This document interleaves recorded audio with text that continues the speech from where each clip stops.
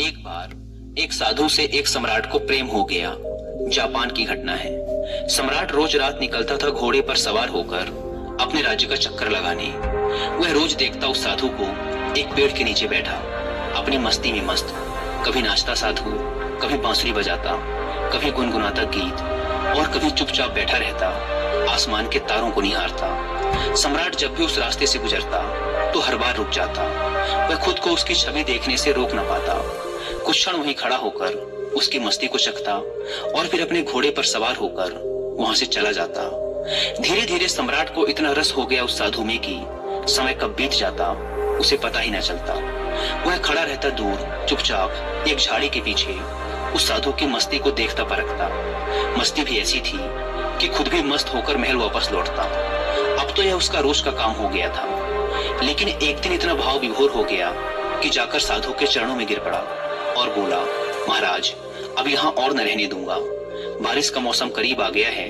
वृक्ष है ये, कैसे रहेंगे आप बारिश में इस वृक्ष के नीचे? महल चलकर मुझ पर कृपा करो, मुझे अपनी सेवा का अवसर दो। यह सुनते ही वह साधु तो उठकर खड़ा हो गया, अपनी झोली उठा ली और कहा, चलो। यह देखकर सम्राट को बड़ा आश्चर्य हुआ। सम्राट कह तो रहा था कि महल चलो, लेकिन उसे प्रसन्नता होती यह सुनकर जब साधु कहता कि कौन सा महल, कैसा महल, हम जहाँ हैं वहीं खुश हैं। हम महलों वगैरह में नहीं जाते। हमने तो कपड़ों, गहनों, महलों इत्यादि का त्याग कर दिया है और तू हमें वहीं ले जा रहा है। सम्राट के मन में तो साधु से यह शब्द सुनने की अपेक्षा थी। अगर साधु ने यह सब कहा होता तो सम्राट उसके चरणों में गिरकर थोड़ी और विनती कर लेता। लेकिन साधु एक बार में ही चलने को तैयार हो गया तो इससे सम्राट थोड़ा सदमे में आ गया। वह सोचने लगा कि कहीं मैंने कोई गलती तो नहीं कर दी, कहीं इस आदमी ने मेरे साथ कोई चालबाजी तो नहीं की। यह कोई महल में ही घुसने की तरकीब तो नहीं है कि यहाँ बैठकर बांसुरी बजाता ही रहा जब तक कि मैं इस पर मोहित नहीं हो गया। कहीं ये मेरे ऊपर ही तो जाल नहीं फेंक रहा था? कहीं ये सिर्फ कांटा ही तो नहीं था मछली को फांसने का? मूर्ख हूं मैं जो इस चक्कर में पड़ गया। अब तो कुछ बोल भी नहीं सकता। इसने एक मौका भी तो ना दिया बोलने का। इसने एक बार ये भी तो ना कहा कि नहीं नहीं, मैं यहाँ बहुत मजे में हूँ। क्या गर्मी, क्या बरसात, हमारे लिए सब एक हैं। सम्राट ने साधु की तरफ देखते हुए मन ही मन सोचा, क्या साधु है ये? आराम की बात आते ही तुरंत मान गया। सम्राट के मन से साधु के प्रति सारा सम्मान ही खत्म हो गया। सम्राट यह सब सोच रहा था कि तब तक वह साधु सम्राट के घोड़े पर चढ़कर बैठ गया। सम्राट को जिंदगी में पहली बार पैदल चलना पड़ा, जबकि वह साधु बड़े आनंद से घोड़े पर बैठकर जा रहा था। सम्राट के दिल को बड़ी चोट लगी। वह मन ही मन खुद को कोसने लगा कि यह तो मैंने बहुत जल्दबाजी कर दी, बहुत बड़ी गलती हो गई मुझसे इस साधु को पहचानने में। लेकिन अब सम्राट अपनी बात से पलट भी नहीं सकता था। अपनी जवान का पक्का जो था, सम्राट ने मन ही मन खुद से कहा, अब यह पड़ा रहेगा महल में। इतने सारे फालतू लोग पड़े हैं और अब ये भी पड़ा रहेगा। लेकिन अब सम्राट के मन से उस साधु के लिए प्रेम और सम्मान पूरी तरह से नष्ट हो चुका था। साधु तो महल में जाकर आराम से रहने लगा, लेकिन सम्राट की समस्या दिन प्रतिदिन बढ़ने लगी, क्योंकि वह साधु बड़ी मस्ती और आनंद में रहता था। सम्राट को साधु से ईर्ष्या होने लगी। जब यही साधु जंगल के वृक्ष के नीचे मस्त रहता था तो सम्राट के मन में उसके लिए आदर पैदा होता था कि वाह, कैसा गजब का त्यागी है, कुछ नहीं है फिर भी कितना खुश है। साधु तो वृक्ष के नीचे भी बांसुरी ही बजाता था और महल में भी वह बांसुरी ही बजाता था। बस फर्क इतना था कि यहाँ वह मखमल के गद्दों में बैठकर बांसुरी बजाता था। यहाँ तो छाती पर सांप लौट जाते थे सम्राट के यह सब देखकर कि कैसा आदमी मैं उठा लाया, यह कोई साधु है? सम्राट से भी ज्यादा शानो शौकत के साथ वह रहता था। सम्राट को तो कुछ चिंता फिक्र भी थी। आखिर उसका साम्राज्य, परिवार, धन दौलत सभी कुछ था। सैकड़ों चिंताएं थी उसे, लेकिन उस साधु को तो कोई चिंता ही ना थी। वह मस्त बांसुरी बजाए, नाचे गाए, अच्छा भोजन करे, अच्छे कपड़े पहने। 6 महीने तक किसी तरह सम्राट ने उसे बर्दाश्त किया, लेकिन बात बढ़ती चली गई, सहन के बाहर हो गई सम्राट के लिए। तो एक दिन सम्राट ने साधु से बोल ही दिया, महाराज, एक प्रश्न पूछना था। अब मुझ में और आप में क्या फर्क है? साधु ने कहा, फर्क जानना चाहते हो?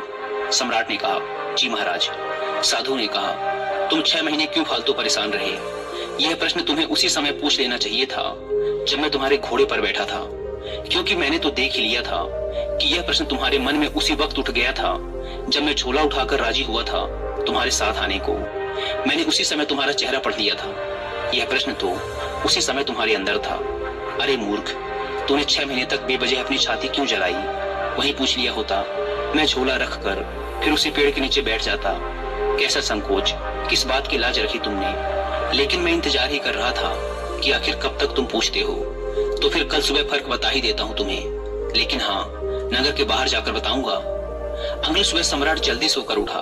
उत्सुक था यह जानने को कि आखिर क्या फर्क है। सम्राट ने सोचा कि आखिर क्या फर्क हो सकता है। मुझे तो कुछ नहीं लगता।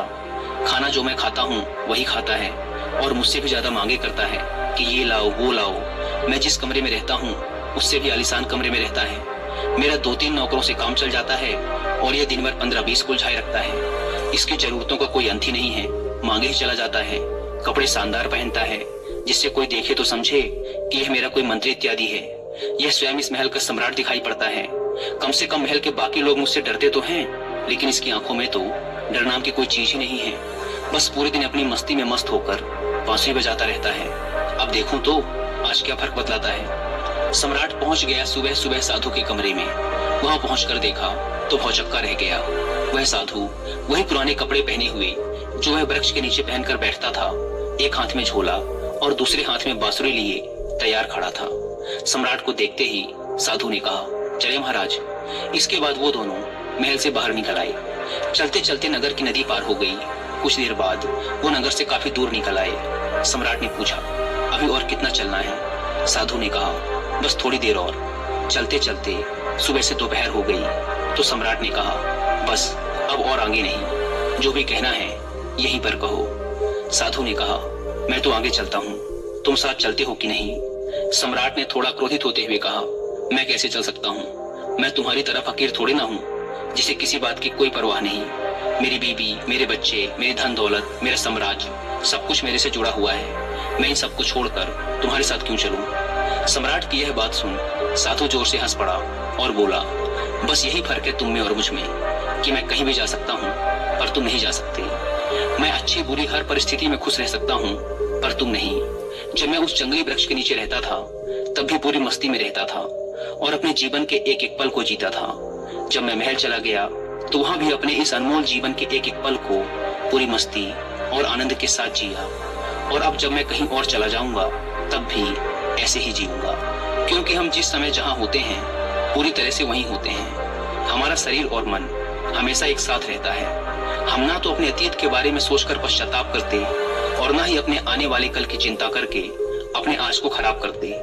हम तो बस आज में जीते हैं, क्योंकि हम समझ चुके हैं कि जीवन तो आज में है, अभी इसी पल को जीने में है।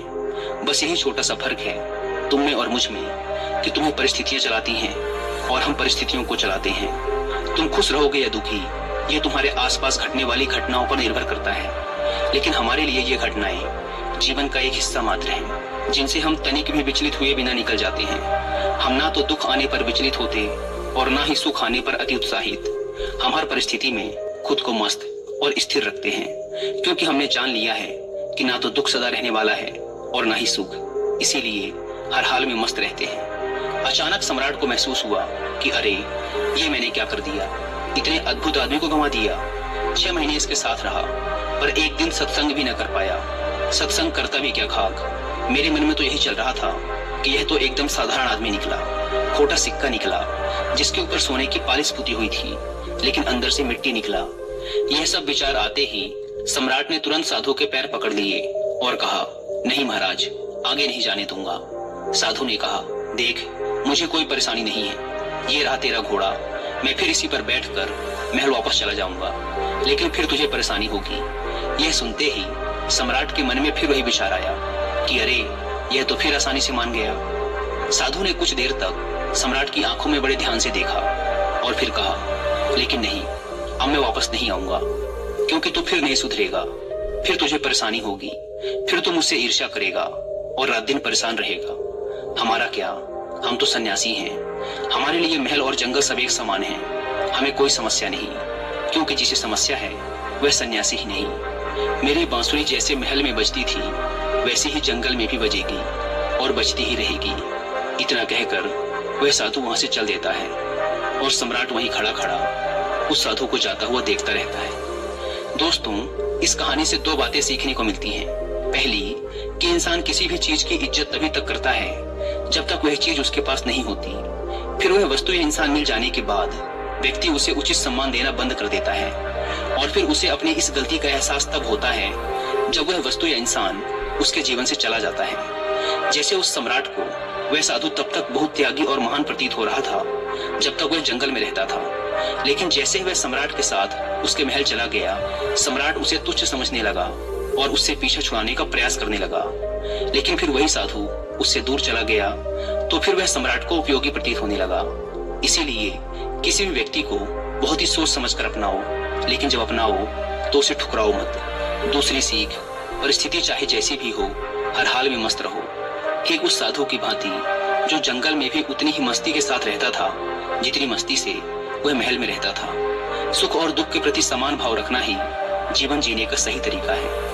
यही बात श्रीमद् भगवत गीता में भी कही गई है और गौतम बुद्ध ने भी अपने उपदेशों में यही कहा है कि अतीत के लिए पश्चाताप मत करो, भविष्य की चिंता मत करो, केवल वर्तमान के हर पल को पूरी जागरूकता और आनंद के साथ जियो, तभी तुम्हारा जीवन खुशी और शांति से भर पाएगा। दोस्तों, आशा करता हूँ कि आपको यह कहानी पसंद आई होगी और इस वीडियो से काफी कुछ सीखने को मिला होगा।